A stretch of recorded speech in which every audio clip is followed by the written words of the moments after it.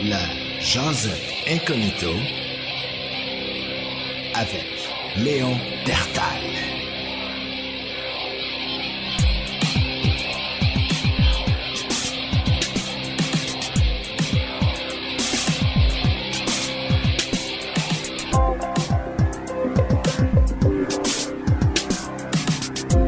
Bonjour Léon Dertal pour la Jasette Incognito. Y a-tu du monde ici là qui ont de la crypto? De la crypto-monnaie? Moi, tu sais, j'ai dépassé la 40 ans et je m'étais jamais vraiment intéressé à ça. En fait, j'étais intéressé en tant que tel, mais de dire faire le plongeon vers la crypto, il y a quelque chose là-dedans. Je sais pas si je peux dire ça me faisait peur. Mais il y avait vraiment quelque chose comme si mon cerveau était pas prêt à aller là. T'sais.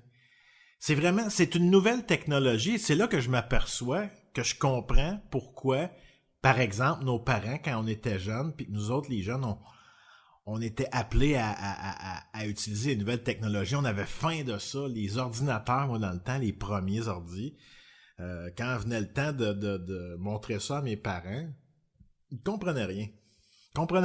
Puis non seulement il comprenait rien, mais il était impatient avec la nouvelle technologie, puis en même temps, il y avait un refus. Il voulait pas. Non, ça allait bien avant, puis la bibliothèque, les classeurs, ça allait bien, puis tout allait bien avant. Il y a vraiment un refus que je sentais à cette époque-là vers les nouvelles technologies. Et en ce moment, la crypto-monnaie, là, je tombe dans la génération où, c'est comme moi qui a eu un petit refus. Ah, je suis pas sûr si ça me tente de me lancer.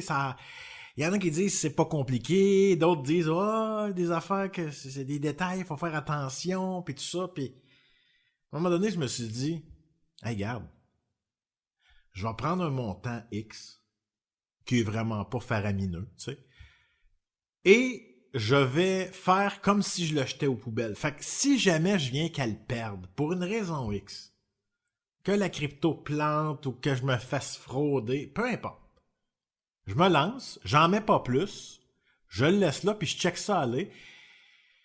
Puis je vais essayer de faire toutes les transactions qui sont possibles de faire en crypto-monnaie. Donc, on commence, on se crée un portefeuille. J'ai m'en suis créé 2-3. J'ai été avec MetaMask, je m'en suis créé un aussi avec Wealthsimple. Et avec, bien sûr, Coinbase, qui est la plateforme principale en ce moment, internationale, je crois, d'échange, d'achat et de revente de crypto-monnaies de toutes sortes, tu sais. Et il y a à peu près 1 an de ça, je me trouve un nouvel emploi et où je suis encore en ce moment d'ailleurs. Et il y a un gars qui travaille avec moi. Lui, il est là-dedans. Puis ça, c'est le genre de gars, non seulement il est dans crypto, mais son discours, on peut plus appeler ça juste de droite. C'est comme, ça pour moi, c'est du conspirationnisme. Donc le gars, lui, si t'as de l'argent en banque, il va tout de suite te dire « Hey, tu fais confiance aux banques? Ouais? Ça va planter, puis tout ça, puis... » il est très, très, très trumpiste. Il est très, très... parce que rendu là, c'est plus juste de droite. Rendu là, c'est de l'extrémisme. Puis, il va aller contre tout ce que les médias gauchistes, et c'est juste ça qu'on a ici au Québec, les médias gauchistes, il va aller contre tout ce que ces médias-là disent, peu importe. Fait que donc... Des fois, moi, j'ai l'impression dans la vie qu'une chose à retenir, c'est une personne, peu importe ses croyances, ses valeurs, peut t'apporter quelque chose, mais il faut que tu saches en prendre et en laisser. Et c'est ce gars-là qui m'a enseigné, si on peut se dire, à comprendre un petit peu la base de la crypto-monnaie, comment en acheter, comment en revendre. J'ai fait mes expériences aussi de mon côté et je suis rentré là-dedans et le hasard a fait que, je vais le dire, ça me dérange pas, j'ai mis 1000 piastres. J'ai mis $1000 et je l'ai acheté pendant que la crypto était basse. C'est un hasard parce que j'aurais pu m'intéresser à la crypto n'importe quand autre qu'à ce moment-là, mais ça l'a donné comme ça. Et c'est absurde, mais le gars n'est plus à l'emploi en ce moment, depuis quelques mois, de la place où je travaille. Puis, la crypto-monnaie a littéralement explosé et ça a l'air que c'est juste la pointe de l'iceberg. Donc, moi, j'ai acheté à peu près une dizaine de crypto-monnaies différentes qui sont pas du Bitcoin. Ceux qui connaissent moins la crypto-monnaie, quand j'en parle à mes parents, tu vois qu'ils mélangent, il y a une confusion entre Bitcoin, crypto-monnaie, comment ça se fait que tu en as de différentes sortes, pourquoi tu n'as pas du Bitcoin, et c'est de s'asseoir et d'essayer avec des exemples simples de leur expliquer qu'est-ce que c'est de la crypto-monnaie. Et moi-même, qui est loin d'être un professionnel, j'y vais avec ce que je sais. Puis on y va un petit peu en survol, puis on essaie de faire ça simple. Et tranquillement, ils se font une idée avec ça. Mais ce que je trouve intéressant de la crypto-monnaie, et ça, Michel, c'est un point qui m'a amené, à part quand il parlait de la Terre plate, là, des fois, il parlait de sujets qui... Oups, là, je trouvais qu'il était plus dans une certaine réalité. Il disait que, en ce moment, c'est que sur la planète au complet, on est encore techniquement peu de gens qui ont Internet. Bon, là, il y en a qui vont dire, ben non, l'Internet, presque tout le monde a ça.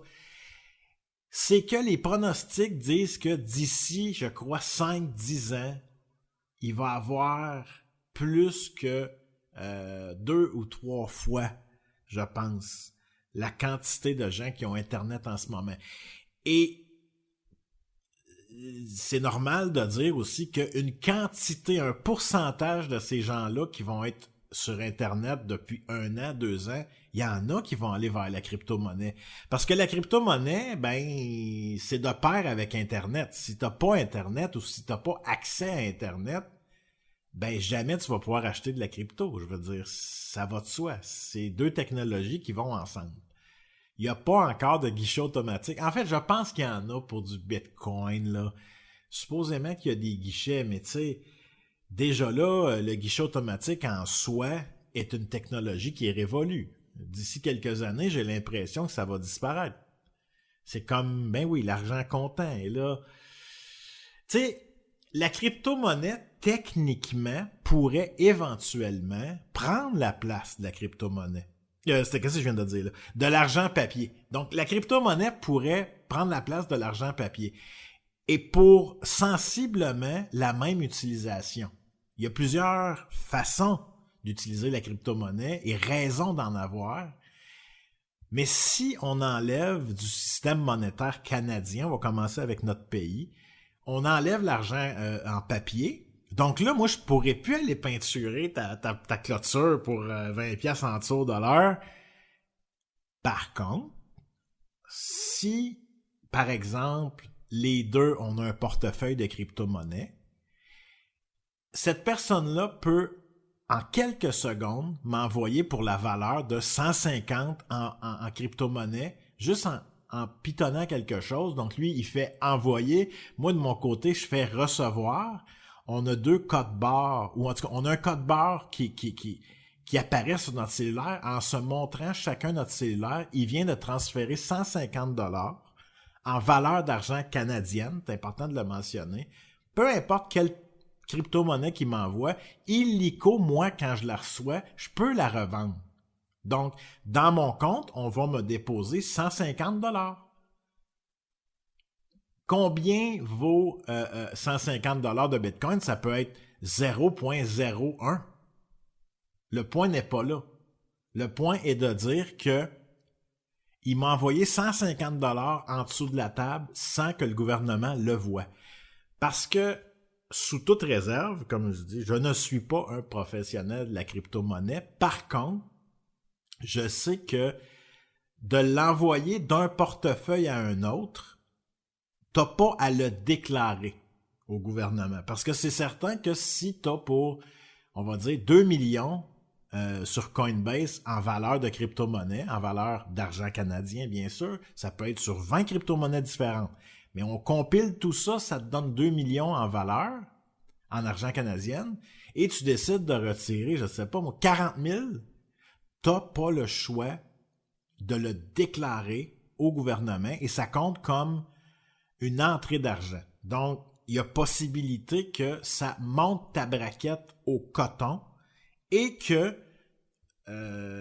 tu paies plus d'impôts cette année-là parce qu'il y a d'autres entrées d'argent ailleurs, mais le retrait de crypto-monnaie en sol canadien dans des banques canadiennes, tu vas payer de l'impôt dessus, dépendamment de c'est quoi ta braquette à ce moment-là, cette année-là. C'est pour ça que la crypto-monnaie, on se le cachera pas, entre guillemets, c'est légal de le faire, mais une personne, on va dire, qui prend son portefeuille de crypto-monnaie qui est international. Tu vas arriver à Beijing, tu vas arriver à Hong Kong, tu vas arriver au Brésil, tu vas arriver n'importe où au monde. Ta crypto-monnaie est valide et échangeable. Donc, tu pourrais techniquement arriver, je sais pas moi, à Bangkok et plusieurs magasins vont accepter les paiements en crypto-monnaie, par exemple. Ou tu vas t'ouvrir un compte à la banque de Bangkok et tu vas retirer ta crypto-monnaie là-bas et éventuellement, tu vas revenir au Canada et tu n'auras pas payé d'impôts dessus. Il y a toutes sortes de nouvelles façons d'éviter de payer de l'impôt et pour certains qui ont beaucoup d'argent en crypto-monnaie, qui se posent des questions ou en tout cas ils travaillent ça, comment retirer sans payer d'impôt? Si tu vas retirer dans un autre pays, souvent là, ce que tu vas éviter de payer ici en impôt à cause de ça, ça va te payer ton voyage, littéralement, tu sais, et plus, et beaucoup plus. Donc, il y a moyen avec ça, cette crypto-monnaie-là, d'arriver dans un pays sans avoir acheté d'argent au préalable. Donc là, tu n'as pas le taux de change, ça touche pas ta braquette d'impôt dans le pays où est-ce que tu es résident permanent. Donc, la crypto-monnaie, en ce moment, les spéculations sont très montagnes russes, mais sont à la hausse parce que les banques, de façon internationale et particulièrement en ce moment aux États-Unis, commencent à s'y intéresser très sérieusement parce que c'est une technologie qui dépasse ceux des banques. Donc, au lieu du côté des banques, au lieu de cracher sur cette technologie-là, pourquoi ne pas l'embrasser? Et les pronostics disent que d'ici peut-être 5 ans, peut-être 10 ans, les gens vont pouvoir acheter du Bitcoin à la banque. Donc, ce que ça fait, ça, le côté spéculatif en ce moment de tout ça, c'est qu'on le sait que c'est appelé à arriver. Donc, la crypto, en ce moment, elle monte de façon, disons, sécure. Elle monte tranquillement, mais sûrement. Mais c'est inévitable qu'éventuellement, quand les banques vont vraiment rentrer dans le train, ils vont dire « OK, on accepte cette technologie-là, non seulement ça, mais on la veut, on l'achète. » Il va se créer plein de crypto-monnaies. Donc, ça va être beaucoup plus facile d'investir sans avoir à aller sur des sites X où est-ce qu'il faut se créer des porte-monnaies, des portefeuilles en fait. C'est comme ça qu'on appelle ça. Pour détenir de la crypto-monnaie, c'est sur un portefeuille. Qu'est-ce que c'est un portefeuille? C'est une façon X de posséder notre crypto-monnaie. Ça peut être de plusieurs façons, mais ce portefeuille-là a un paquet de chiffres et de lettres qui serait comme l'adresse. Et si tu veux en recevoir, il faut que tu donnes cette adresse-là à quelqu'un qui va t'envoyer de la crypto en rentrant ça dans envoyer, clic. C'est super simple. C'est super simple, puis c'est de plus en plus dur à frauder parce qu'il y a toutes sortes de façons de sécuriser un acompte. Puis de toute façon, c'est aussi de plus en plus dur à frauder parce qu'on sait très bien, plus le temps avance, qu'un mail bizarre où est-ce qu'ils te disent que hop, t'as un colis Amazon qui n'a pas pu être livré, clique sur ce lien pour nous préciser ton adresse. Ben oui. Il y a encore des gens qui se font prendre, on va se le dire. Il y a encore des gens qui se font prendre. Mais moi, j'avertis souvent, autant mon père que ma mère, de faites attention. Parce que là, on a des gens qui, comme je disais tantôt, à une certaine époque, avaient un certain refus de cette nouvelle technologie-là, des ordinateurs et tout. Et un jour, chacun a leur façon, parce qu'ils sont séparés, ils sont plus ensemble, donc c'est deux histoires qui sont pour moi différentes, mais qui se ressemblent pareil. Les deux ont plongé dans cette technologie-là, et là, mon père se fait venir des affaires que s'il achetait, ça coûterait 10 fois le prix, là. Il adore collectionner les montres, puis bon, les bracelets de montre sont durs à trouver, paraîtrait-il. Donc là, lui, il a trouvé la faille. Il a trouvé une place qui vend tous les bracelets de montre qu'il a besoin pour un prix modique de ce qu'il paierait ici en magasin, tu sais. Parce qu'ici, ils veulent que tu achètes la montre au complète. Ils veulent pas que tu la répares, ta vieille montre. Hein? Puis c'est les mêmes, ça, qui sont des enverdeurs, hein? Quand c'est rendu que c'est dans le poche eux autres, là, je dis n'importe quoi, là. Mais il y a juste une petite parenthèse, il y a une belle grosse hypocrisie. J'adore les appeler les enverdeurs, parce que c'est juste des gens qui veulent faire chier. C'est souvent des gens qui ne croient pas en leur propre cause, hein, les greens. Faut construire un tramway à Québec à 9 milliards parce que les pères chaudes crèvent dans le Pacifique. Ben oui, puis le monde mord à ça. Mais de moins en moins parce que les médias perdent beaucoup de crédibilité. Et le lien se fait très bien avec la crypto-monnaie, et je dirais les crypto-monnaies, parce que depuis que la crypto existe, on démonise ça dans les médias traditionnels, sans arrêt. Et ceci fait par des gens souvent qui ne savent pas du tout de quoi ils parlent. C'est des gens qui n'ont aucune idée du phénomène, ils n'ont pas été fouillés plus qu'il faut. Ils ont juste eu l'information, hey, tu vas dire ça, et on démonise. On démonise.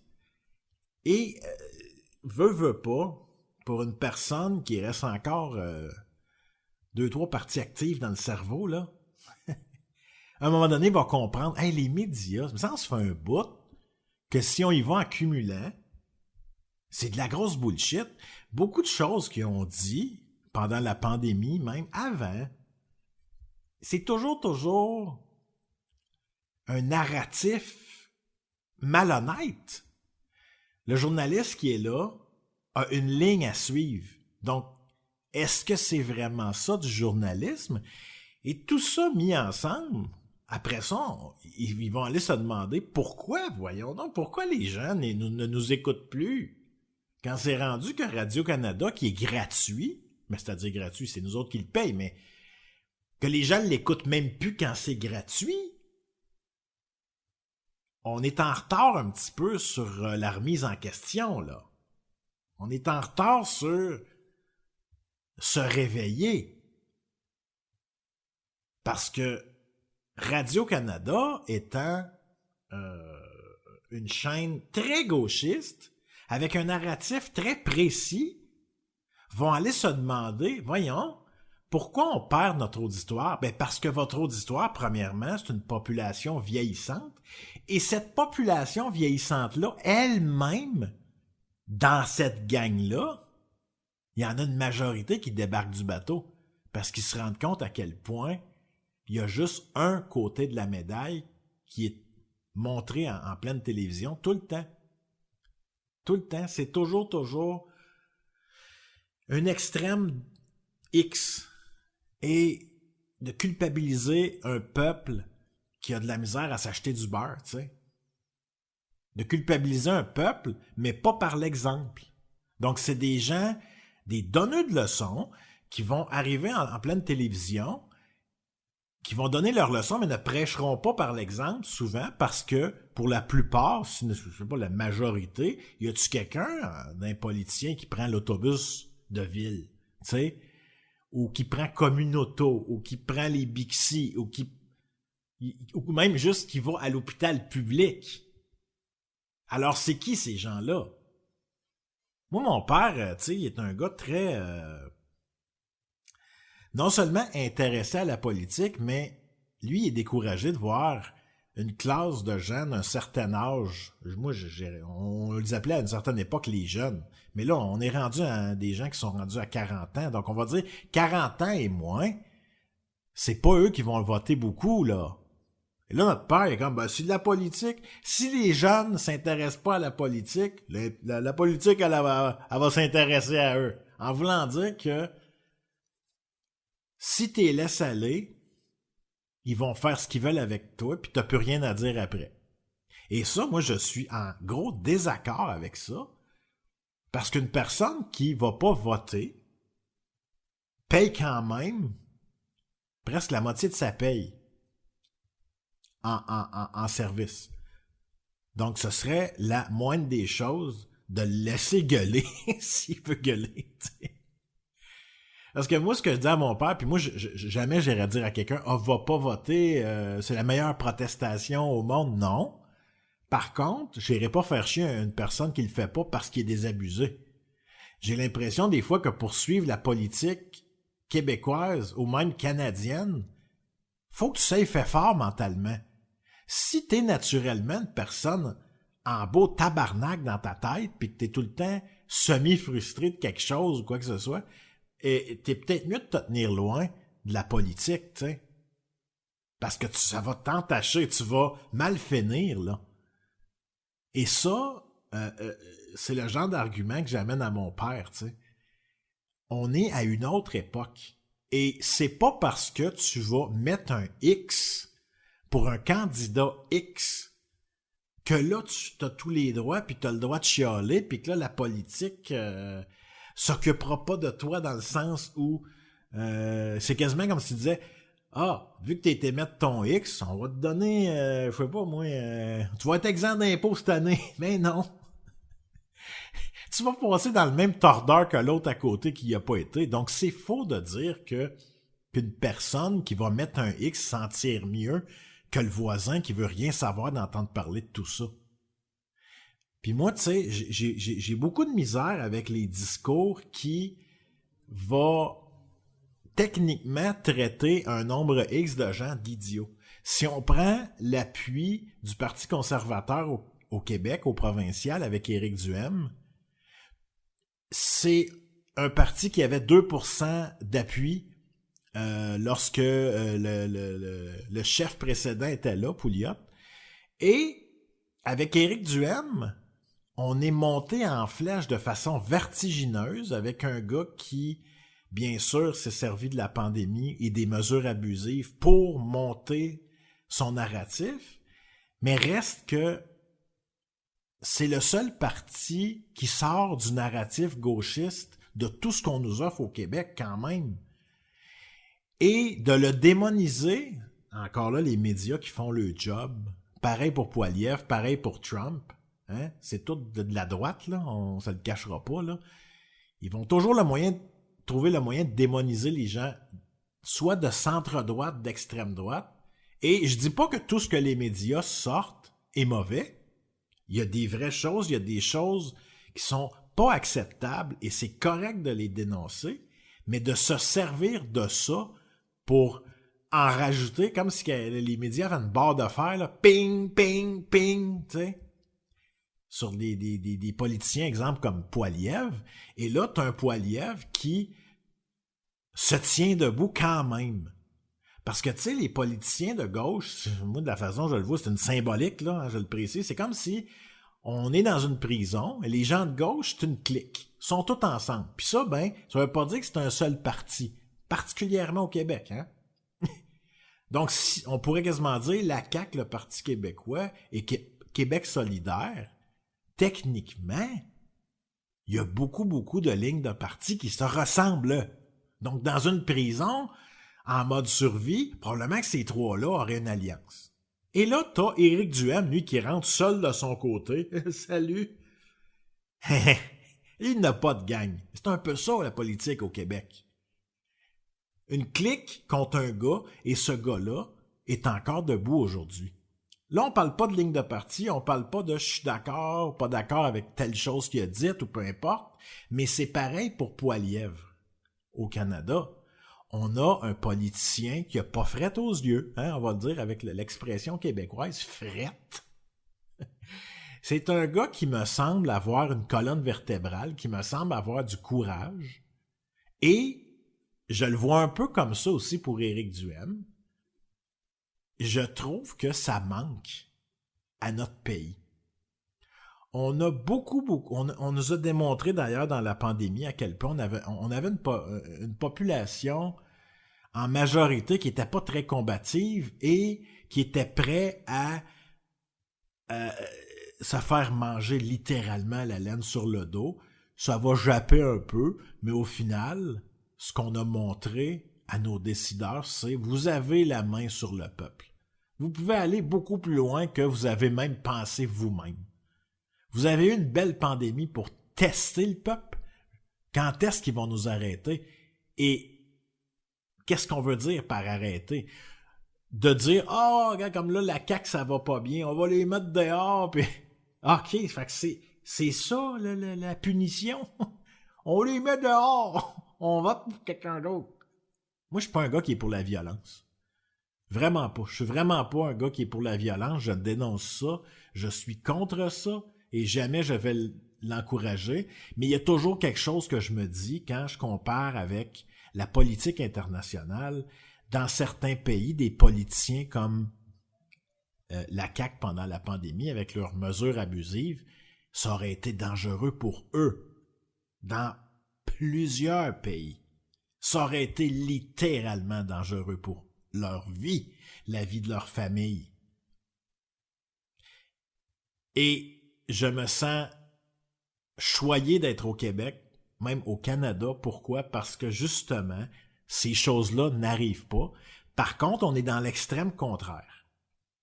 C'est-à-dire que j'ai vraiment l'impression que, particulièrement au Québec versus le reste du Canada, on a été très mollassons. On a accepté des choses inacceptables. On a fait subir à nos jeunes un tort qui, éventuellement, ne servira pas à la population at large. Pourquoi? Parce que on a créé plus de problèmes scolaires qu'il y en avait déjà. On a obligé, sans vraies bonnes explications, des mesures qui ne font pas de sens. Avec le recul, on l'avoue, même les politiciens eux-mêmes qui, à ce moment-là, étaient directement dans la tempête et prenaient des décisions loufoques, avouent aujourd'hui que ouais, ça avait pas de bon sens. On a fait une erreur, mais tu vois pas ça au grand jour. Ces gens-là qui viennent l'avouer. Mais c'est là qu'on voit avec Internet et justement cette technologie-là qu'il n'y a rien qui s'oublie parce que tu fais juste te promener un petit peu sur YouTube, sur TikTok, sur Instagram, peu importe. Et là, il y a des gens qui en font leur job de nous repitcher d'en face des choses qui ont été dites par les médias, certains journalistes, certains animateurs, des politiciens. Et là, il y a des best-of Drainville qui pleurent. Tu sais, écoute, on est à une autre époque que dans les années où est-ce que ça fumait des cigarettes à la TV, là. Là, on est rendu qu'on braille à la TV. D'ailleurs, Drainville, il est tout le temps sur le bord de partir à brailler, tu sais. Tu sais, quand je dis, il manque de colonne vertébrale, Poilievre, ça y arrive pas. Et Éric Duhaime non plus, et Trump non plus. Ah, pro-Trump, fuck you. J'ai jamais dit que j'étais pro-Trump. Je fais juste sortir que il manque de colonne vertébrale au Canada et encore plus au Québec. Et je pense pas seulement aux politiciens en disant ça, je pense à ce qu'on nous montre à la TV, je pense à la culture de la faiblesse.